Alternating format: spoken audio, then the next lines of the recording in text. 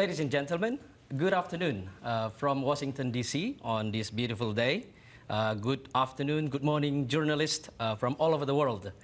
Thank you for joining us.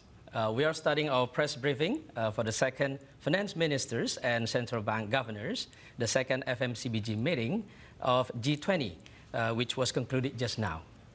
Present with us here, Her Excellency Minister of Finance, Republic of Indonesia, Sri Mulyani Indrawati, and His Excellency Governor of Bank Indonesia, Bapak Ferry Warjio. Both Excellencies will provide remarks for about 15 minutes. It will then be followed by a Q&A session for about 30 to 40 minutes.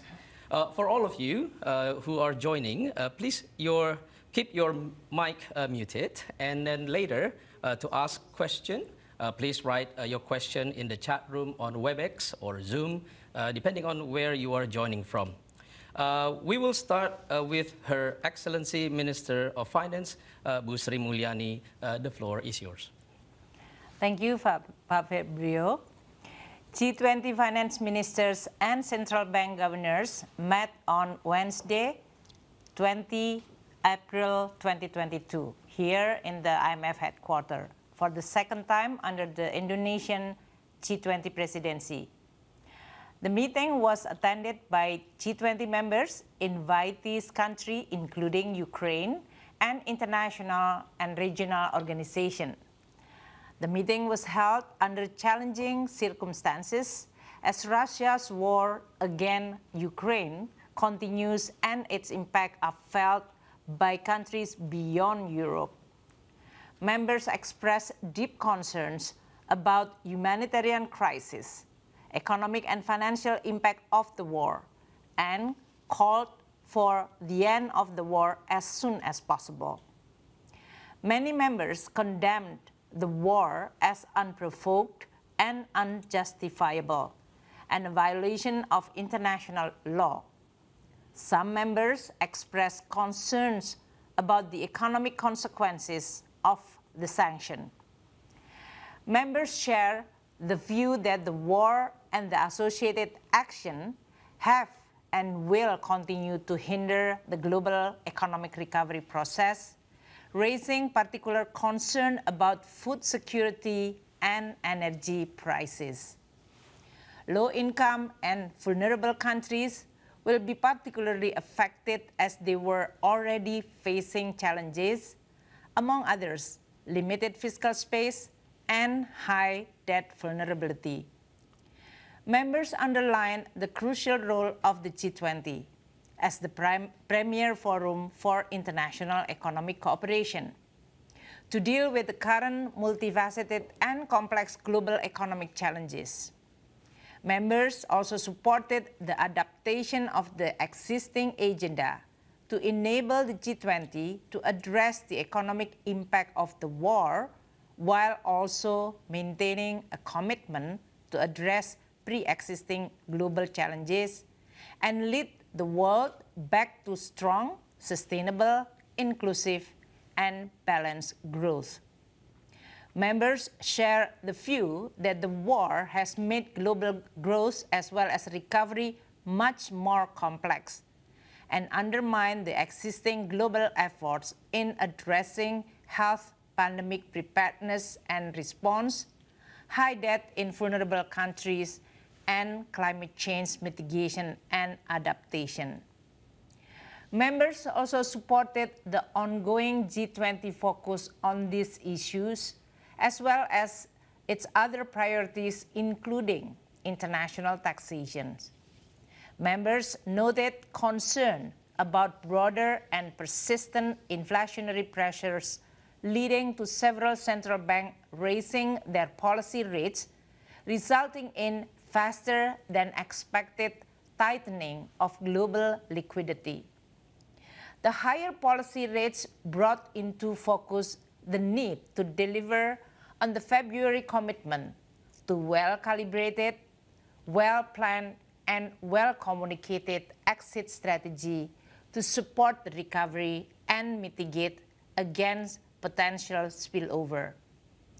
Collective and coordinated action to to get the pandemic under control remains a priority for members, who noted that increased COVID-19 infection in some regions have weighed on growth, prolonged supply disruption, exacerbated inflationary pressure, and consequently could hinder the global recovery. There was broad support for the World Health Organization, or WHO, World Bank, WB, assessment of the significant financing gaps that need to be addressed, and support for the G20 to act to address those gaps. Most members agreed on the need for a new financial mechanism dedicated to addressing pandemic PPR financing gaps, and many concurred with the WHO. World Bank assessment, many concurred that the WHO and World Bank assessment, in which Financial Intermediary Fund, or FIF, housed at the World Bank, is the most effective option for a new financial mechanism.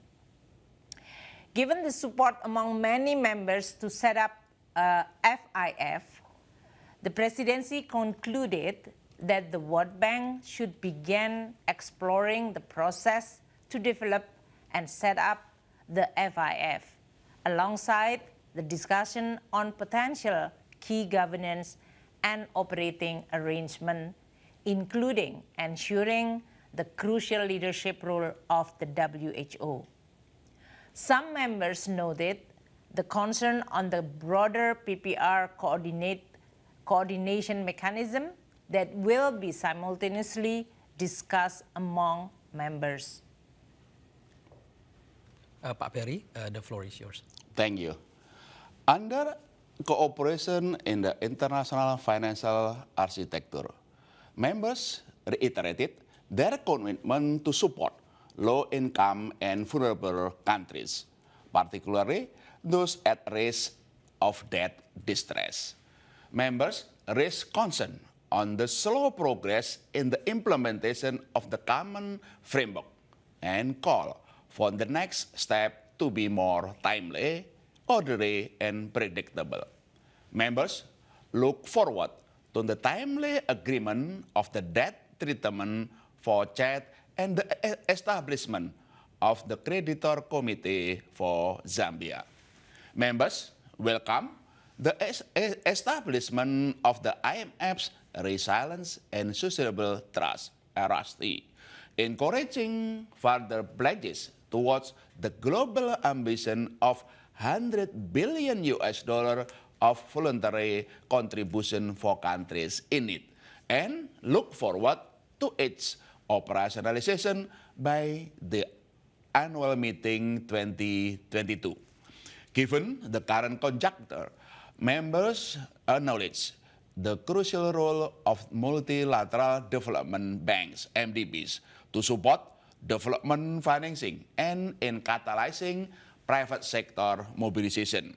Members look forward to the completion of the review of MDB's capital adequacy framework by the independent expert panel. On capital flows, members share the view that countries face various challenges in maintaining financial resilience and promoting sustainable capital flows during current global economic conjuncture. Many members noted that the calibration of policy responses is warranted.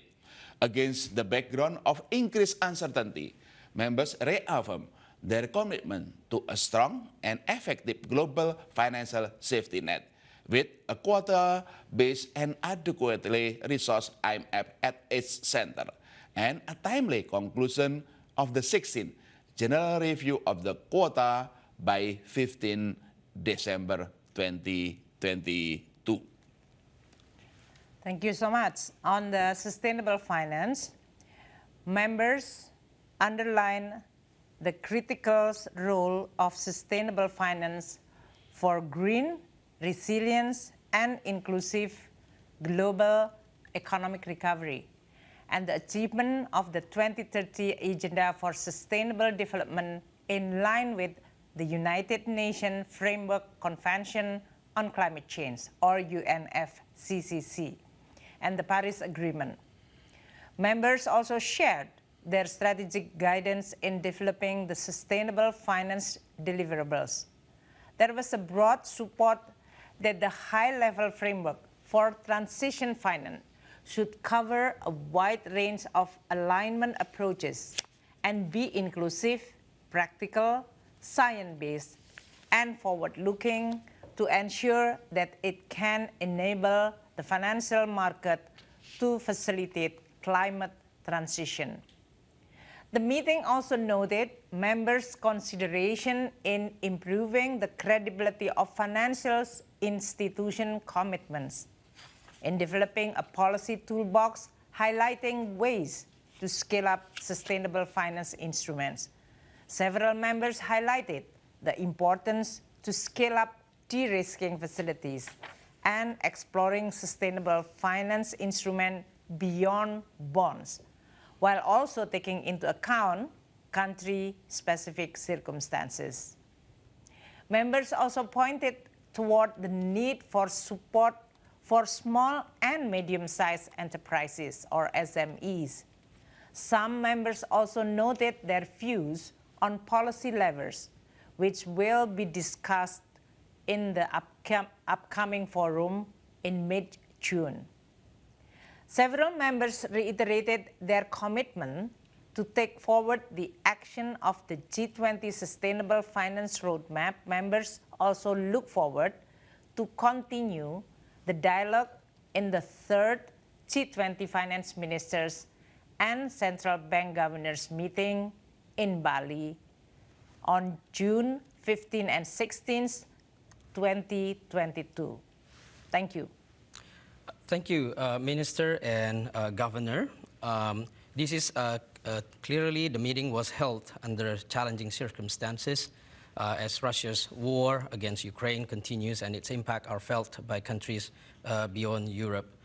If you could, Minister, allude to the situation of how the cooperation and bilateral consultations have been happening, and also how these are all brought into conclusive of the meeting of today's FMCBG.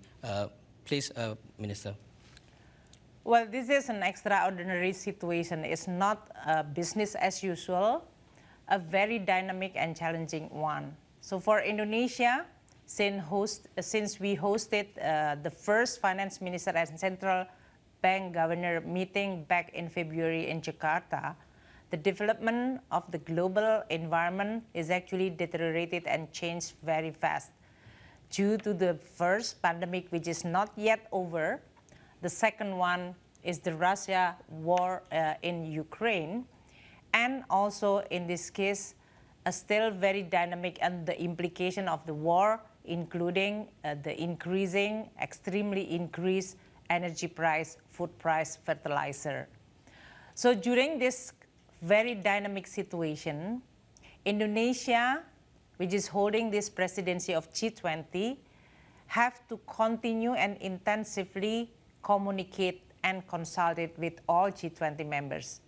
Because G20 basic governance is actually based on consultation as well as cooperation. So in this case, we talk to all members' country in order for us to be able to first making sure that this April meeting is going to be continue addressing the issue which is very important, that is the global economic risk, not only coming from the war, but also since we are not yet over with the pandemic, this is still also important. And now with the increasing inflation due to this, in this case, energy as well as food price, will create another challenging environment for all policymakers. So we discuss quite intensively with all members' country. And of course, in this case, how we are going to arrange the meeting, who's going to speak. Of course, there is a lead speakers, and how then the focus that we want to actually address in this meeting. first should be relevant and significantly important in affecting the global economic performance. And second one will continue addressing the agenda of our presidency during this G20 that is related to the economic recovery, exit strategy, international financial architecture, joint finance health, as well as the discussion about, and today we are not talking about the taxation, but it is still continue a very important global taxation agenda and the agreement that we've already achieved, and also sustainable finance. So these are all continue a very important agenda priority for Indonesia presidency, supported strongly by all members, but at the same time, members also asking that the current geopolitical situation, especially related to the war in Ukraine, should be also addressed. Very challenging indeed, and also a testimony on how the spirit of collaboration and spirit of multilateralism was really showing during the meeting. I have a question from Eric Martin from the BBC. If you could unmute your mic and go ahead, ask your question, Eric. Sure. Thank you so much. Just making sure that you can hear me.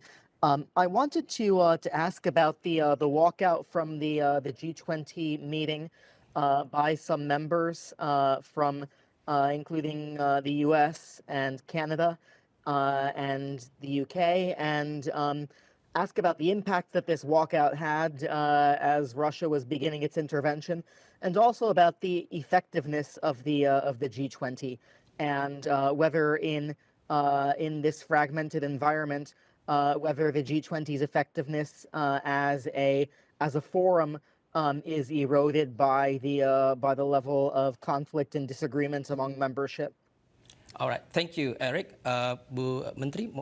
Okay, well, during this consultation and communication before the meeting, we do understand there are some scenarios regarding first how G7++ is going to respond of what the Russia first attendance and when they are going to intervene. So in this case, this is not totally surprise to all of us, especially for us as a chair, and I think has been done without disrupting, as well as in this case creating a problem on our discussion, which is related to the substance itself.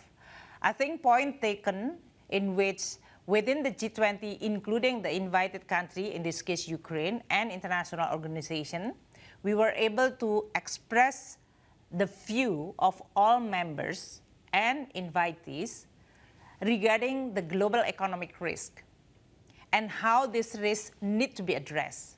Interestingly, even though in this case that there is a strong condemnation regarding the war in Ukraine by Russia, but all members is actually underlying the need for us to be able to continue maintain G20 cooperation and the importance of multilateralism.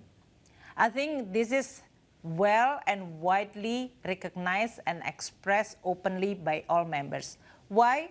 Because I think G20 members see the responsibility of this group in order for us to be able to address the issue which is systematically important for the global economy. Currently, we are facing, some member mentioning and use the term perfect storm. We are not yet over with the pandemic situation. The recovery is still very fragile and very early. We were facing with the supply disruption, and now with the war, it's even getting more deteriorated with the increasing price of energy, food, fertilizer, and raw material, including mineral commodities.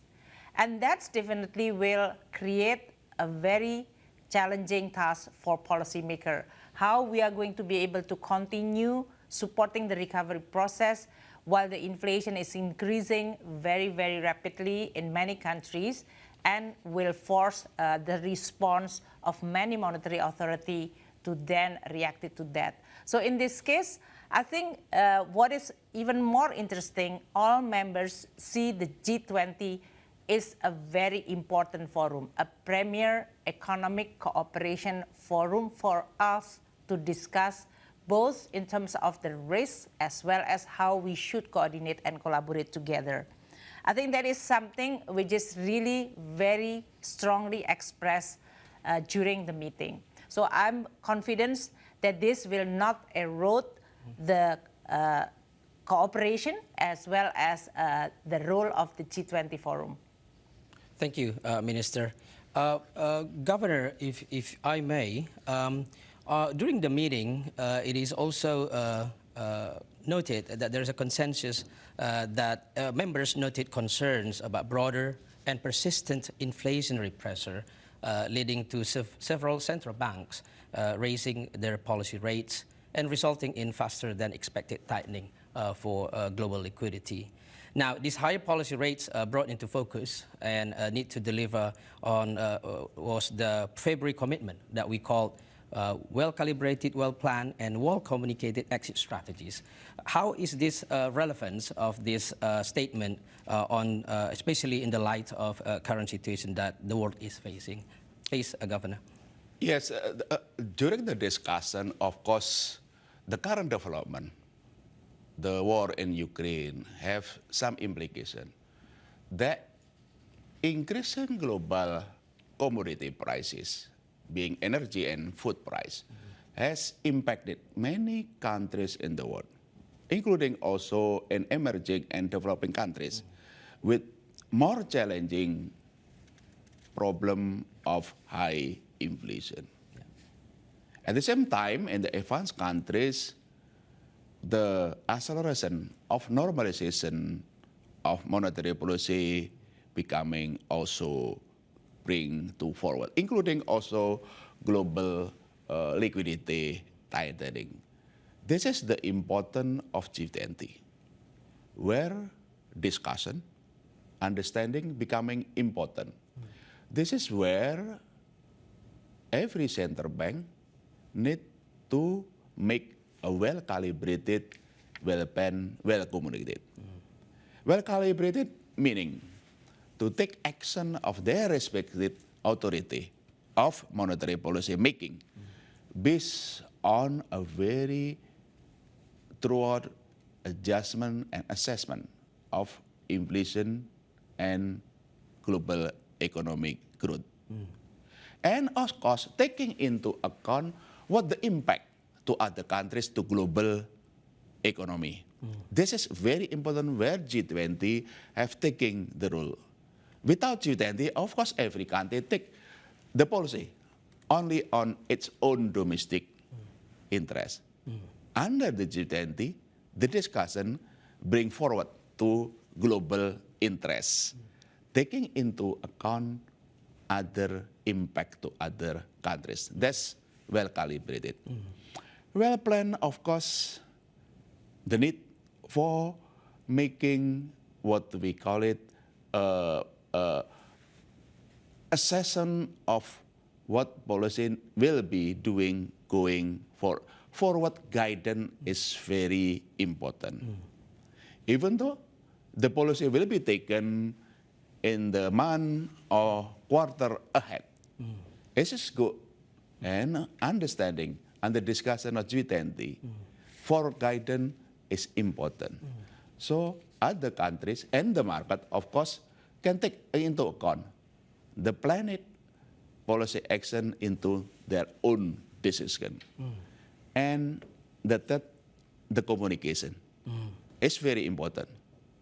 It's not only to ensure the expectation being transmitted properly, but also this is a part of governance of policy making, being transparent and accountable to the public. And this is the G20, where normalization process of policy making under these very difficult challenges is very important to be well calibrated, well planned, and well communicated. Wow, that's really encouraging to see that policymakers can actually see and reach consensus on that challenges and how the policies are going to be well calibrated, well communicated, and well planned. I will turn to the next question. This is from Aziz from Kata Data. The question is, this is about the transition to endemic. When we talk about transition to endemic in several countries, and several countries still have a different kind of pace in terms of transitioning to endemic. And the meeting was actually talking about the global preparedness for future pandemic. So, Minister, if you could explain to the audience as to how the relevance of this global preparedness for pandemic, a future pandemic, and there are some transition now into endemic situation. Please, Minister. Well, the pandemic COVID-19 have a devastating impact for global economy. More than 13 trillion actually global economy has been gone because of this pandemic. And that's why we need to learn a lot how the world should better prepare for the next pandemic, because COVID-19 is not going to be the first or the last pandemic. And that's why it is important for, in this case, G20 to address this issue.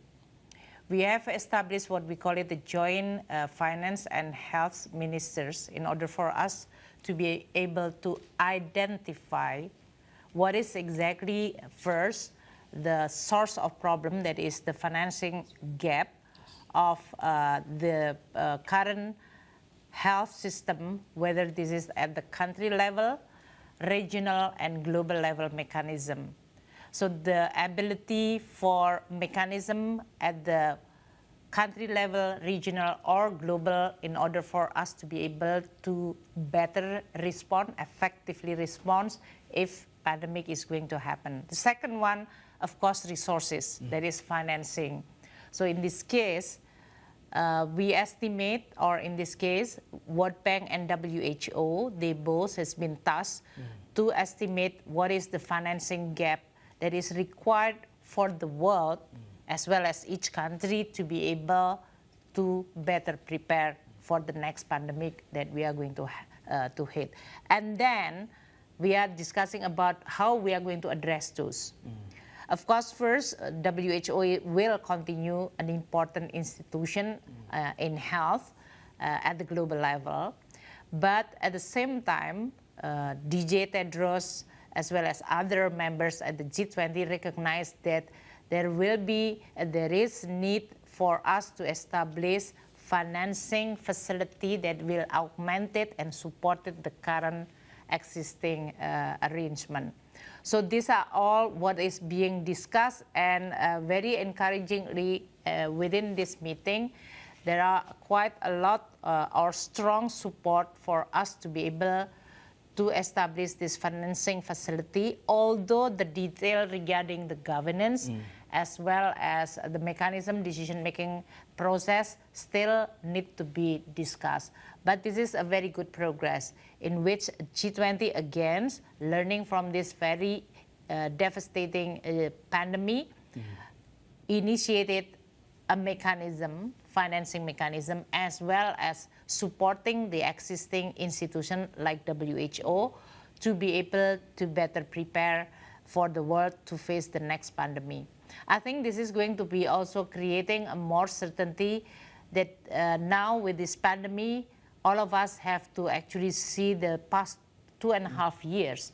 The economic and the activity of the people has been affected very, very significantly.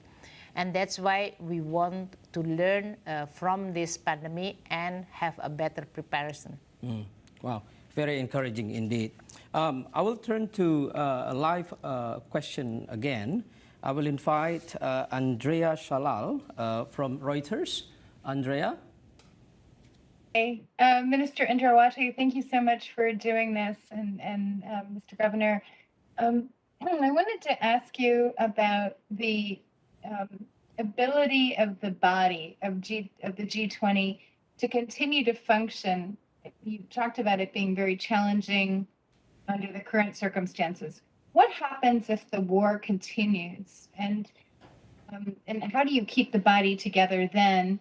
And specifically on the issue of food security, how are you able to move forward if there's this sort of effort to do a food security summit by the United States and other participants that's outside of the G20 framework and therefore doesn't include Russia, which is such a large producer of food.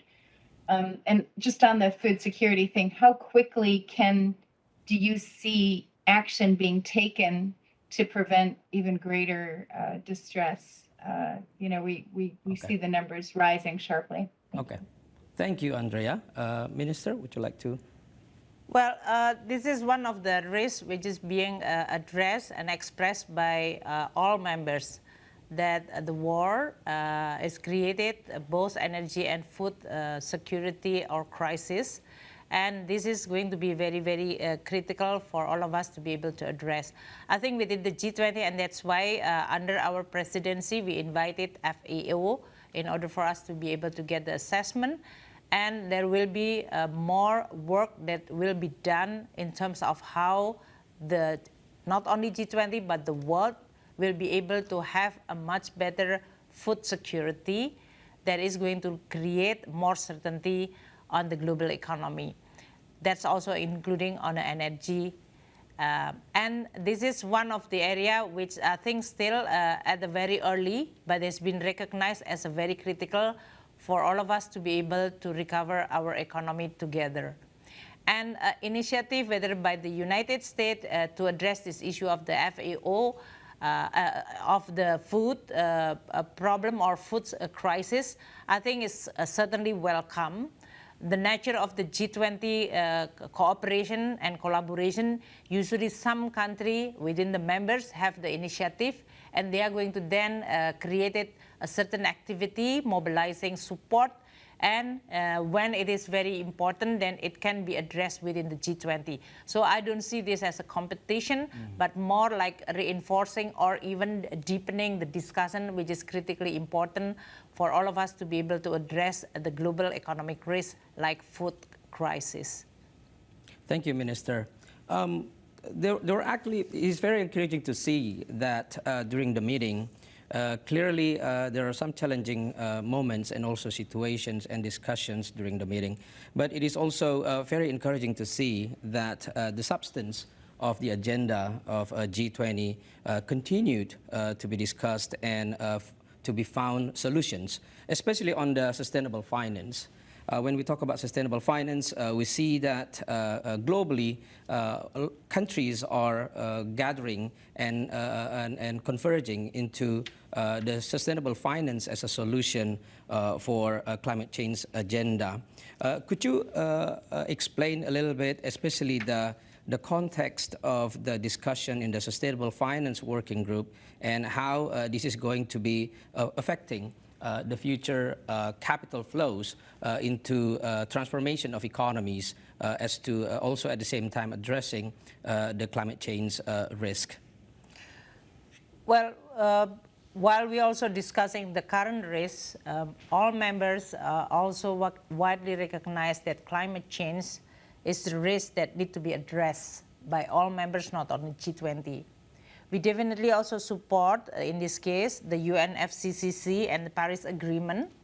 And the discussion within the finance minister is certainly will be heavy on the financing side, which is, I think, very critical for all of us to be able to achieve the commitment on the climate change, especially to deliver the net zero or nationally determined contribution for each country or sustainable development goal. So financing is very, very critical.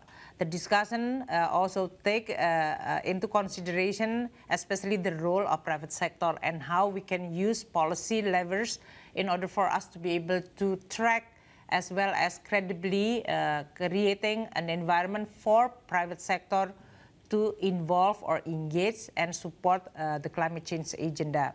I think there are many of the discussion that we are talking about how financial market can facilitate climate transition, because this is very important.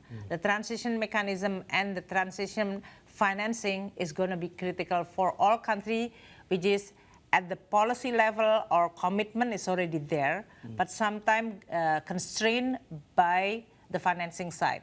And that's why this is the role of the G20, as well as even in my capacity as the coalition of the Climate Action Minister of Finance, which is talking about the climate action. We are discussing about this financing aspect. There is, as I said earlier, the agreement that the approach, including on the financing side and technology, should be inclusive, practical, science-based, and forward-looking.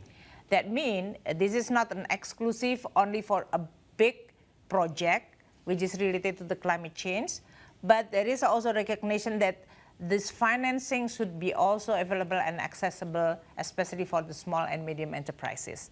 So that we are going to be able to mobilize this funding, and especially coming from the private sector, that can be tracked in a credible way, how each country can deliver their commitment, and at the same time, private sector globally can also participate.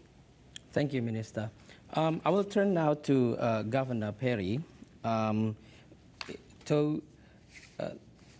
What were the views from the G20 countries regarding the risk on capital flows volatility, especially given the current geopolitical situation in Ukraine, and also still a resurgence of COVID in several places as well? Are there any concrete steps that agreed regarding this issue? And also at the same time, maybe central banks in several developed countries began to normalize their monetary policies. And there is even chance that the Fed will be a little bit more aggressive than we expected.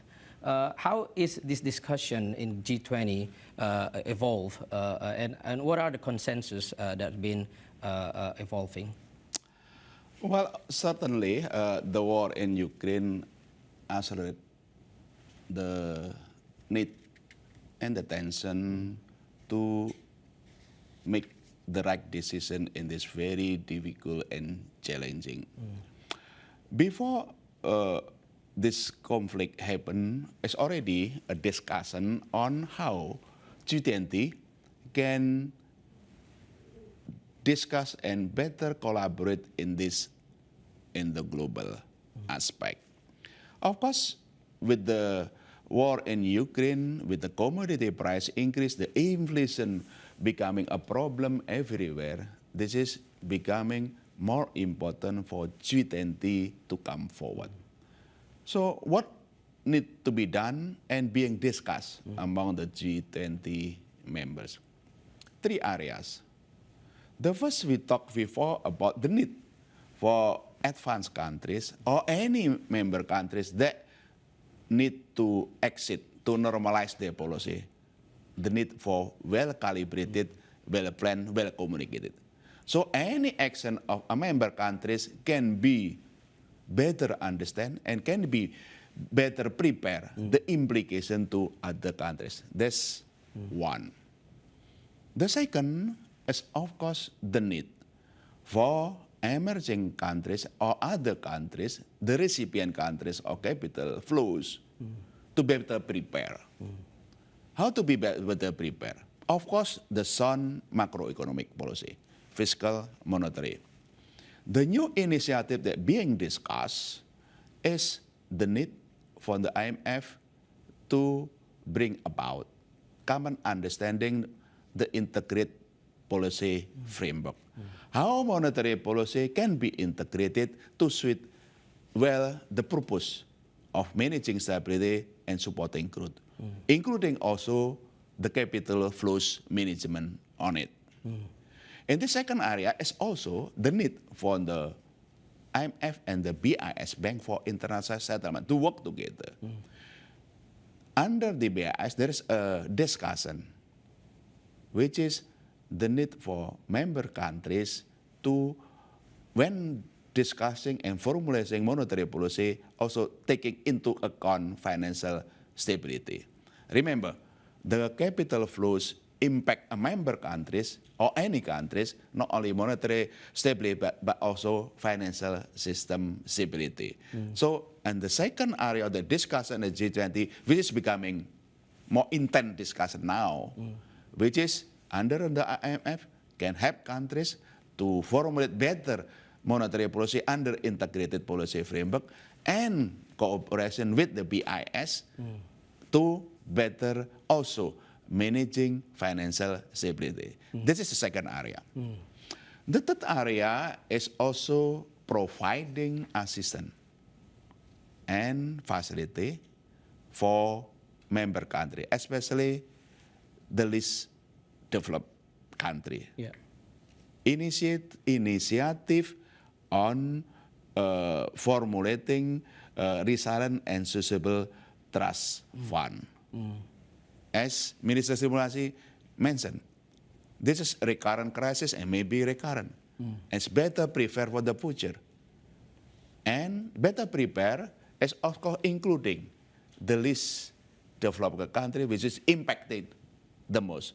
And this is one of the success under presidency. Working closely with the IMF and G20, the pledges of $100 billion voluntary of the countries from the SDR allocation for IMF Resilient and Sustainable Trust Fund.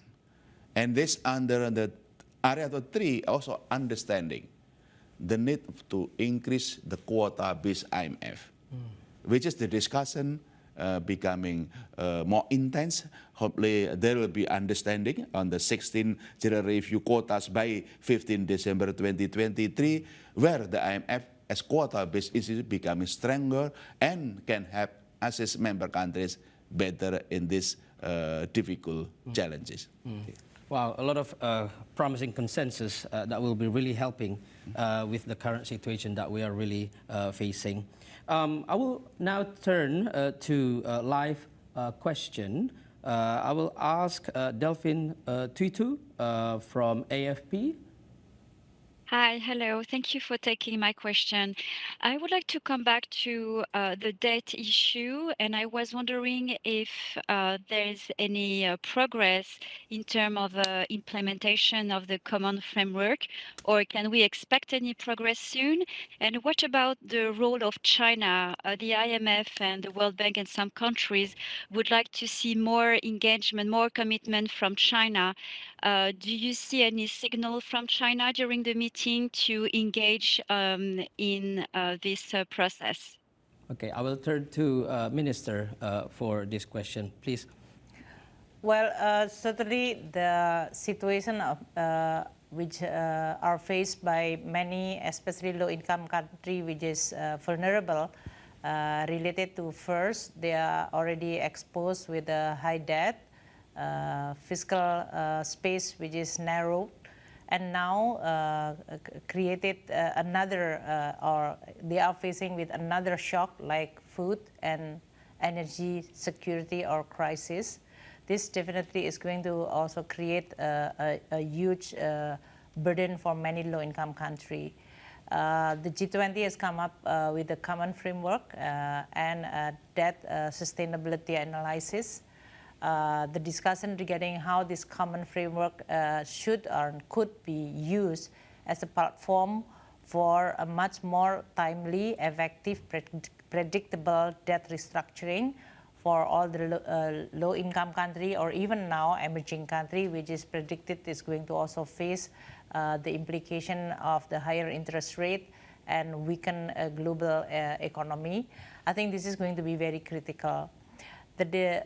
Some members is expressing their view that this require a more credible, predictable, and timely mechanism. China, in this case, stating that this need to be addressed on case-by-case basis, and they definitely, in this case, also encouraging to have a mechanism that can be address this debt in a more credible way. A lot of discussion about transparency and also asking for more participation, including the multilateral development institution, which China in this case see as an important to also participate in this debt restructuring.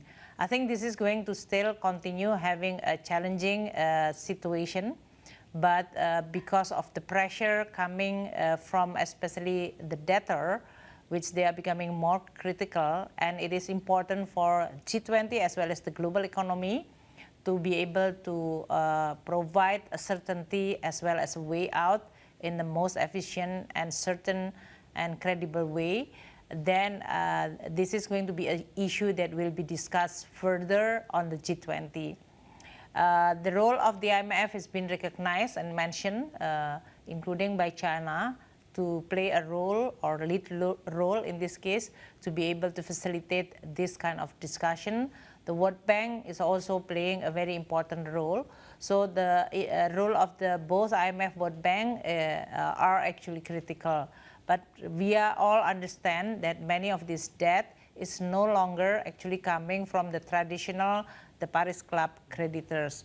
So there will be a process that needed for the new creditor to be able to then build the trust as well as a mechanism to discuss with other creditors so that the world will be in a much better and certain situation or place for us when the situation of many developing countries, especially low-income countries, which is very difficult because of their high debt exposure, that require a solution in a most effective way. So yeah, this is going to still continue an issue that will be discussed further within the G20, especially on the finance track. Thank you, Minister. This is probably going to be the last question. I know that there's Stephanie Johnston from Tax Analyst. We know that tax is not really part of the second FMCBG agenda, but if you like to ask general question about tax, go ahead, Stephanie. So much for taking my question. This is for the Minister, obviously.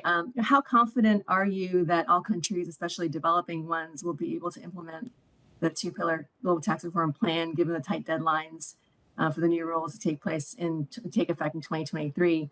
What is the G20 presidency doing at the political level to ensure implementation happens in that time? And is there any chance of extending the deadline, the timeline, given the external economic challenges brought on by the pandemic and Russia's invasion of Ukraine? Thank you so much. Okay, so that tax agenda, Pillar 1, Pillar 2, what's the likelihood for the timeline? Minister, would you like to address? Well, this is one of the most important achievements of the G20 during the previous presidency and will be continued by the Indonesia during our presidency. That global tax agreement is very critical, especially we are all recognizing that the fiscal space of all countries will be narrowed, and that's why consolidation and improving on their tax revenue is becoming very important. And one of the important achievements is how we are going to address the tax evasion, tax avoidance through this global taxation agreement, including in this case on the digital taxation.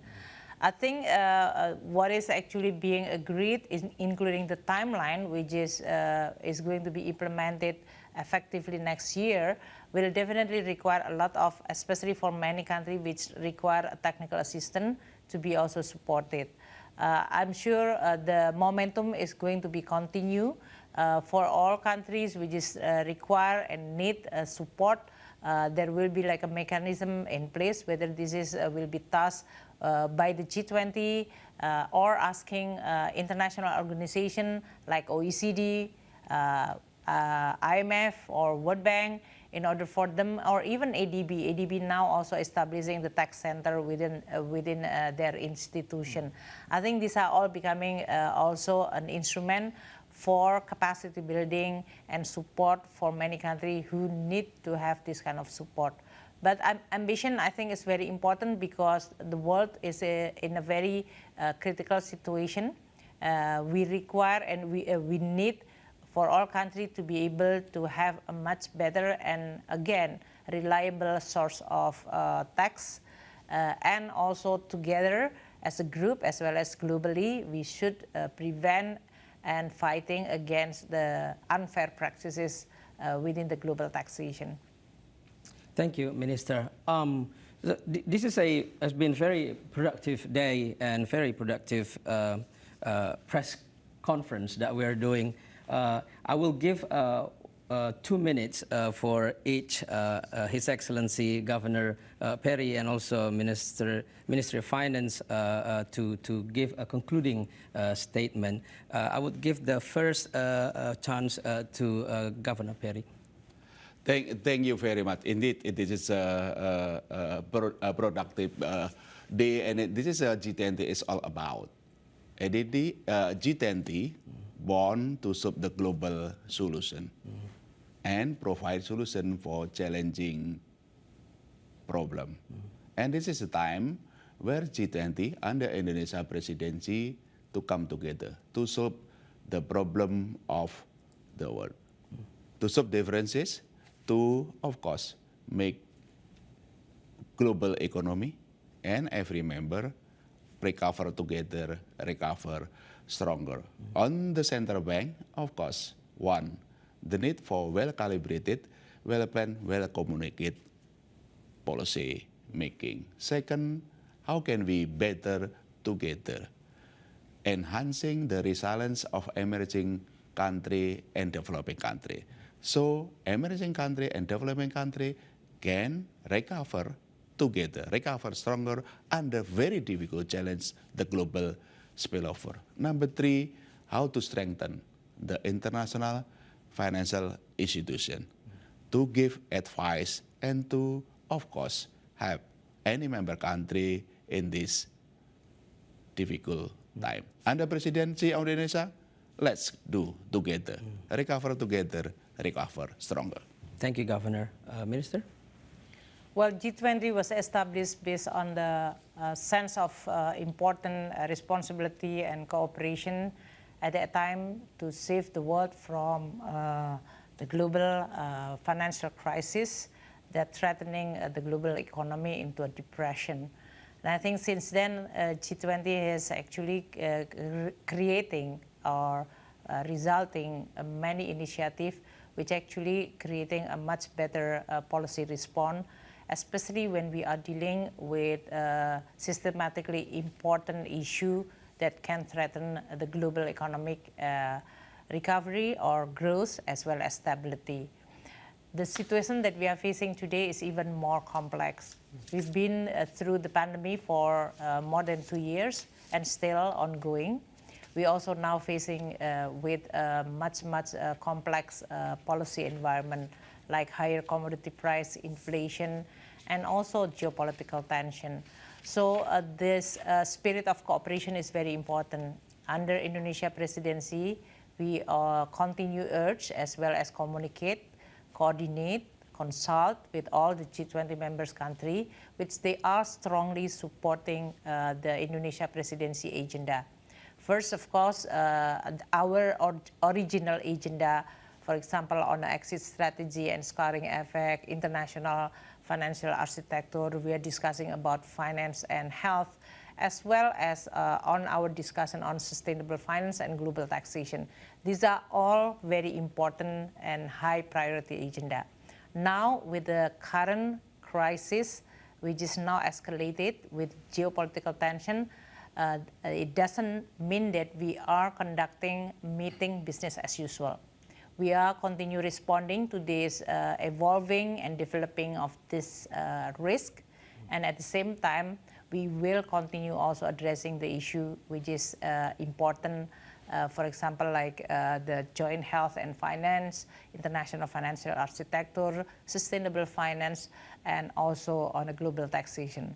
So what I'm saying is that in order for us to be able to recover together, recover stronger, as Paperi mentioned, we need more and even stronger cooperation. We need more multilateralism. And G20 is still continue a premier forum for all of us to be able to discuss and talk about all the issue. And hopefully we are going to come up with a cooperation and consensus. So we could, and if I think when we are all will provide the strong goodwill, I think we are going to be able to overcome the challenging tasks that we are facing today. Indeed. Thank you very much, Minister. Thank you very much, Governor. Indeed, a spirit of collaboration, a spirit of multilateralism is the one that we are really needing nowadays, especially in difficult times that we're all facing. Thank you very much from Washington, D.C. Of the second Finance Ministers and Central Bank Governors meeting of G20. Thank you very much for listening. Thank you very much for joining. Stay safe, stay well. Bye-bye.